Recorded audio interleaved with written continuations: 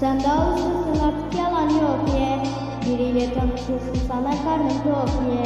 Kaybettiğim her şeyimi sen de zamanla düzeltmem gerekiyor. Kafamı parayla aram yok ye. Sen de alışırsın artık yalan yok ye. Biriyle tanışırsın sana karnın tok ye.